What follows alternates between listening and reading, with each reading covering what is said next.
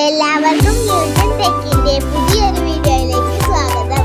വായനാദിനത്തിനായി പഠിക്കുന്ന എല്ലാ കുട്ടികൾക്കും വളരെ ഉപയോഗപ്രദമായ ഒരു വീഡിയോയാണിത്. എല്ലാവരും ഈ വീഡിയോ അവസാനം വരെ കാണാൻ ശ്രമിക്കുക.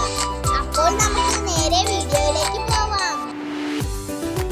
കേരളത്തിലെ ഗ്രന്ഥശാല പ്രസ്ഥാനത്തിന് തുടക്കം കുറിച്ചതാര്? ഉത്തരം P.N. പണിക്കർ. പണിക്കരുടെ ജന്മസ്ഥലം? ഉത്തരം നീലംപേരൂർ. ഏത് ദിവസമാണ് വായനാ ദിനമായി ആചരിക്കുന്നത്? ഉത്തരം ജൂൺ 5. ആരുടെ ചരമദിനമാണ് വായനാ ദിനമായി ആചരിക്കുന്നത്? ഉത്തരം P.N. പണിക്കർ. ജൂൺ 19 മുതൽ എത്ര വരെയാണ് വായനാ ദിനമായി ആചരിക്കുന്നത്?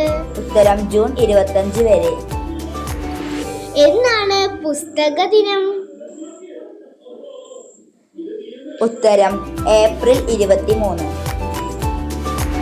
മഹാകാവ്യം എഴുതാതെ മഹാകവിയായതാര്? ഉത്തരം കുമാരനാശാൻ. P.N. പണിക്കർ തന്റെ ജന്മനാട്ടിൽ ആരംഭിച്ച വായനശാല ഏത്? ഉത്തരം സനാതന ധർമ്മം. P.N. പണിക്കരുടെ ഓർമ്മയ്ക്കായി തപാൽ സ്റ്റാമ്പ് പുറത്തിറക്കിയ വർഷം ഏത്? ഉത്തരം 2004 ജൂൺ 19. മലയാളത്തിലെ ആധുനിക കവിത്രയം ആരെല്ലാമാണ്?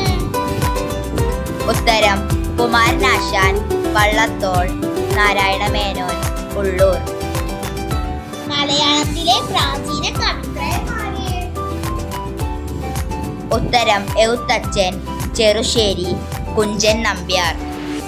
എല്ലാവർക്കും വീഡിയോ ഇഷ്ടമായെങ്കിൽ ലൈക്ക് ചെയ്യാനും